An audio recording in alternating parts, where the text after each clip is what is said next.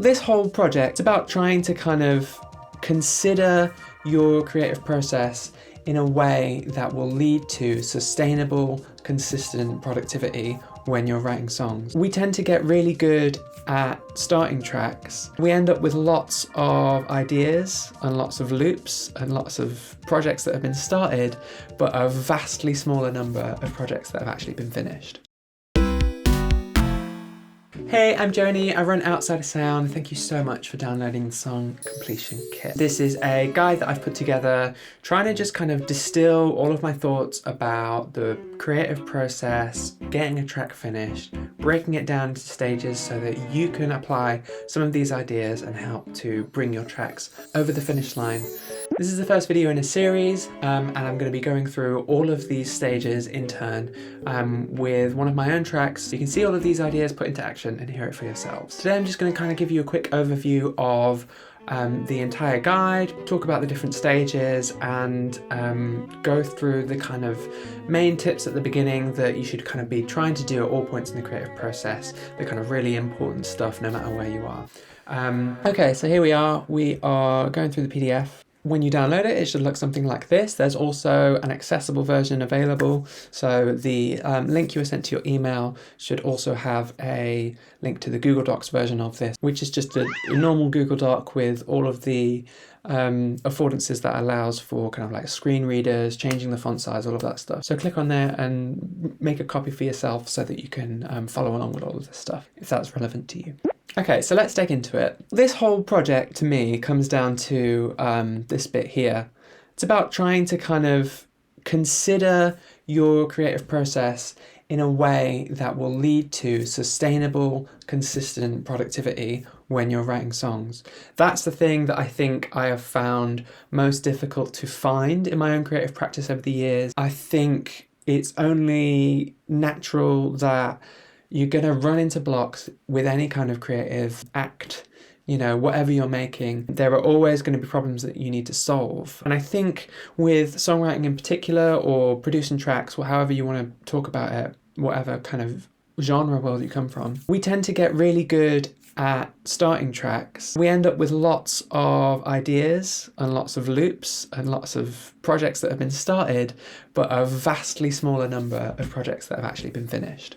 So I kind of tried to start thinking about, okay, well, how do I get better at finishing stuff? And, you know, what are the things that I can identify as kind of key points in that process? If I know where I am and I know where I want to be, given that starting point and the ideal ending point, that tells you a lot about the process of how you're going to get from one to the next. So more than anything else, this is just kind of a thought exercise. It's things for you to just kind of digest and interrogate and see if you have a response to some of these ideas in a way that is helpful for you in your productive process.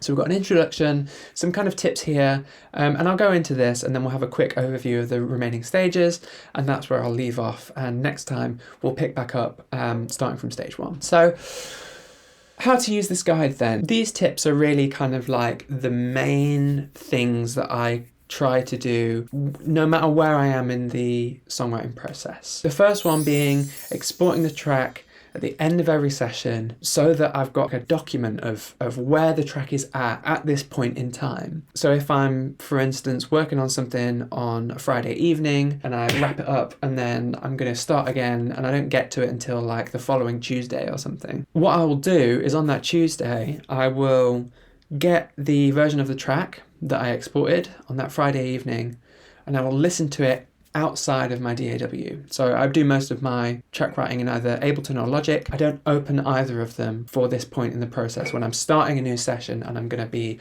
working on a track. What I do is I will just listen to it and I'll put my headphones on or I'll have my speakers on and I will grab these and I will make a list of all of the things that I hear when I listen to the track that I don't like. And I use that as a to-do list then. So I'm listening through the track, maybe once, maybe twice, just the exported file, and listening, writing down notes of maybe it's, oh, I want to bring the hi-hat in earlier, or the snare drum should come in later, or this entire section needs more energy. Any of these sorts of things, it might be changing notes in a melody or a bass riff or whatever. But I make a kind of list and I systematically go through. When I open Ableton or Logic or whatever DAW you use, you want to go through and use that list as the kind of structuring document for your session. So I go through all of those things one at a time and I address each of them in turn. And if I hear something that I want to change while I'm going through each of those things on the to-do list, I don't get distracted, I don't go over to it, I don't kind of start digging into it and lose track of where I was and what I was going to do before. I just write it down, I add it to the end of the list. And in this way, you can be certain that you are putting the time and the attention and the effort into the things that are actually most important, that actually jump out at you when you listen to the track. And you're not kind of like getting down in the weeds of these kind of really small details that actually you might end up changing anyway. That is a tip that really changed my music making process for the better, 100%. So the second tip then, it kind of ties into the first, and it's if you're writing, only be writing, and if you're producing, only be producing. Now, how does it tie into the first? Well, if I've got something where my arrangement needs work, or I need to rework melodies, or I need to write a new harmony line, you know, any of these kind of like songwriting-y things, I will attend to those in one chunk. And then if it's production stuff like I need a different kick drum sound, or I want to automate the synth sound so that it does X, Y, and Z over this time, or the bass needs rebalancing, you know, any of this sort of stuff that is on the more kind of technical and sort of sound end of things, I'll do those in two separate chunks. The whole point of this tip is that these are kind of two different mindsets that you're in. You're either kind of like making something or you're editing something and refining it. And the more you can be in two different headspaces, or actually split that into two different, you know, blocks of time that you're working in, the more effective you're going to be at each of them. Because the creative, experimental side of your brain wants to be able to like spread out and dig into these things and sort of go with the flow and just kind of get a load of stuff out there. And then when it comes to editing or producing or mixing, any of that sort of thing, you're looking at all of the stuff that is there and you're thinking, how can I make this better? And what are the procedures that I need to take in order to get it to where I want it to be? And I think we need to be able to do both of those things. But if we're bouncing back and forth between them, you know, the editor doesn't really get along that well with the creative, and the creative thinks the editor should mind their own business, and you end up frustrating your own efforts when it comes to the overall effectiveness of what you're doing. And then the third and final one, the ultimate tip, I think, is that when you don't know what to do next, just take a break.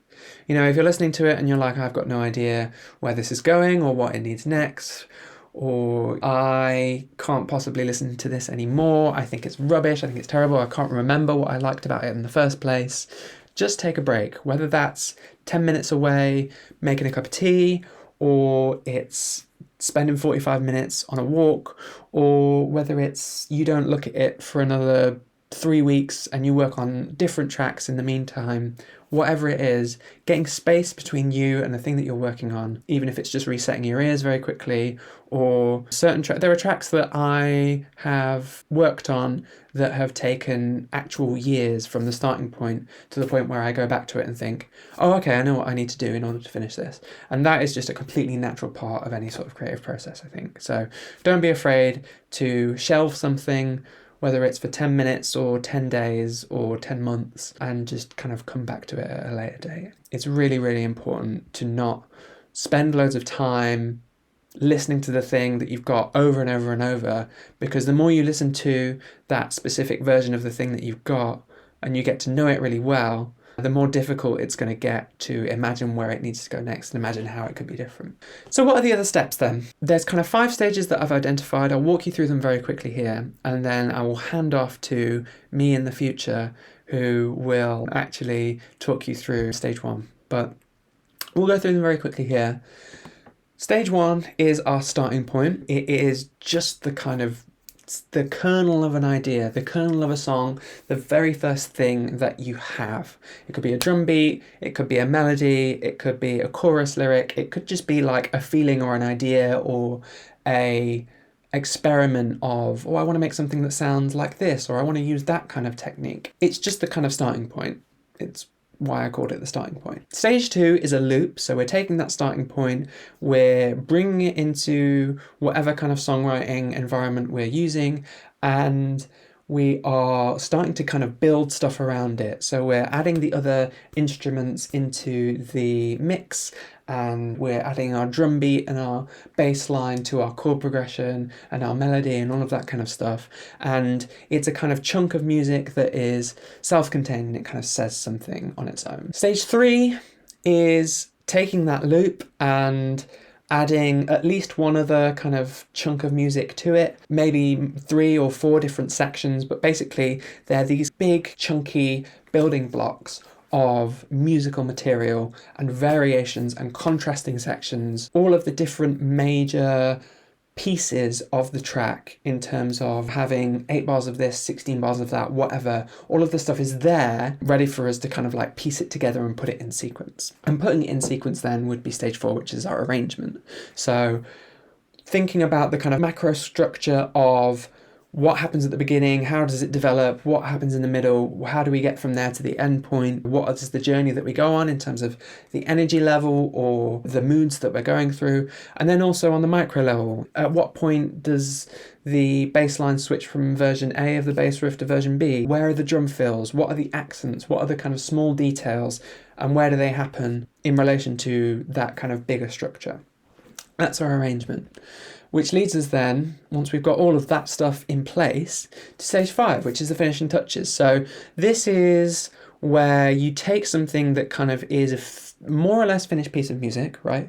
It's an arranged track with different sections, and it's got an arc and a flow to it that you like, that you think fits together really well. And then we're adding stuff in. It's the special spice. It's the strawberry sauce in your ice cream. It's the kind of thing that doesn't, strictly speaking, need to be there, but the fact that it is there makes the whole thing that much more successful and impressive. So those are the 5 stages in the song completion kit. We'll be doing a video much like this, but even more kind of musically involved, because I'm going to be capturing my screen and showing you what I'm doing in Ableton, and actually taking a song, I haven't actually written it yet, taking a song through each of these 5 stages and showing you how to kind of put these ideas into practice, as well as kind of digging into what all of this stuff actually says and how you can apply it. So as I said, keep an eye out for those videos and follow along with me. I've released this song completion kit so that more people can finish music and get it out there, because I know there's so many great ideas, so many creative people, so many interesting musical thoughts that just haven't been brought to fruition yet. And if through doing this and watching these videos and working with this PDF, we can help to kind of bring more of those ideas into the world where people can actually enjoy them and respond to them and share them, yeah, that's the kind of dream here with this. So I will leave it at that for now, and yeah, I will see you very soon in the next video, where we will be starting at stage 1, our starting point, with the kernel of a musical idea, and figure out where to go from there.